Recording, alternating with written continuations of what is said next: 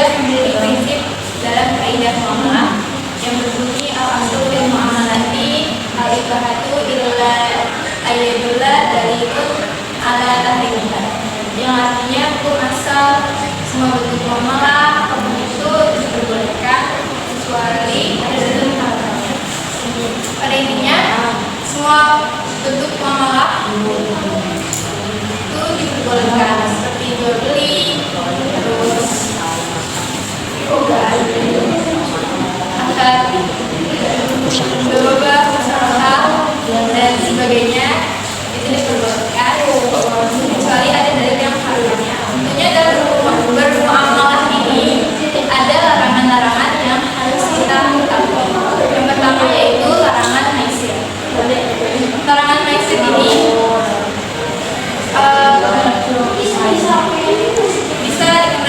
biasa dikenal dengan judi, karena dalam praktiknya itu hanya menguntungkan satu pihak atau bahkan tidak merugikan, yang artinya sangat beresiko tinggi.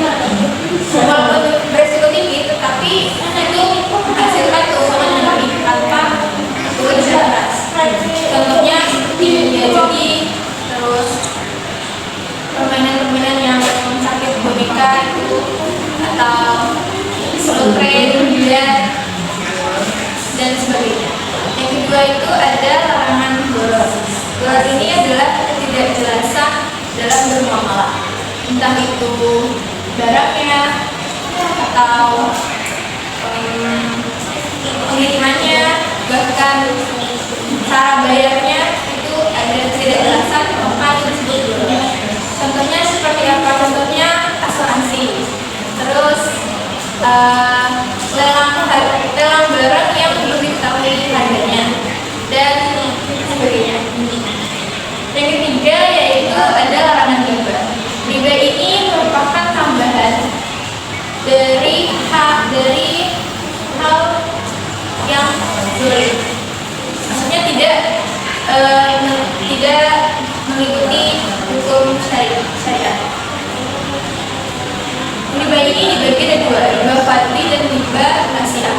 Riba fadli ini adalah riba yang bertukaran antara barang dengan barang, dan barang ini ada tiga macam, yaitu emas, perak, dan makanan pokok, misalnya beras, terus jagung atau gandum dan sejenisnya. Contohnya contohnya ada beras 1 kilogram, terus sama beras 2 kilogram.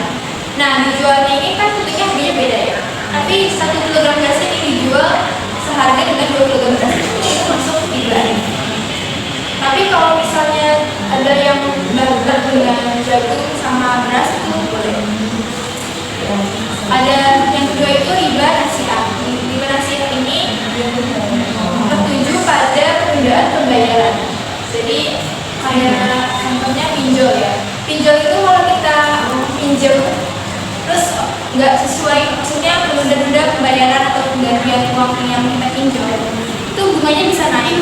Jadi kita bayarnya kita misalnya pinjol itu 1 juta, terus bayarnya gantinya karena bunganya naik jadi 1.500.000, itu masuk gitu. Makanya jangan pinjol ya teman-teman. Oke. Selanjutnya yang terakhir adalah larangan riba, larangan batil atau yaitu termasuk zolim. Batil itu juga bisa kita sebut maksiat, karena maksiat ini dilarang oleh maksudnya melenceng dari ajaran Allah dan Rasul. Tentu itu diharamkan dalam jual beli. Contohnya gimana? Contohnya ketika penjual ini menjual barangnya atau menyembunyikan cacat dari produknya itu tanpa memberitahu pembeli tentang produknya lebih jelas, lebih spesifik. Tentunya dalam larangan tadi dalam bermuamalah kita mempunyai prinsip. Nah, prinsip ini ada prinsip hak perlindungan konsumen dalam fikih muamalah. Yang pertama yaitu prinsip ada unsur saling percaya,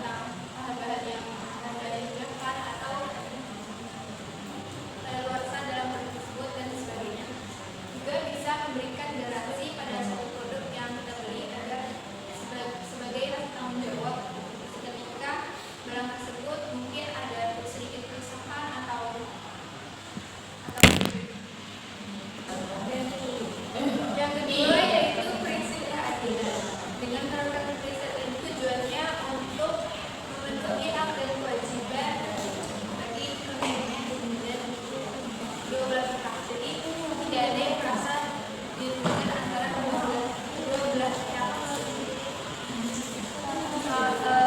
agar terpenuhi hak-hak konsumen dalam berkeuangan. Tapi ada keamanan, ada hak sendiri, ada hak perlindungan dan hak mendapatkan informasi. Yang terakhir yaitu prinsip halal. Tentunya bagi kita sebagai orang muslim memilih dan memilah produk atau makanan itu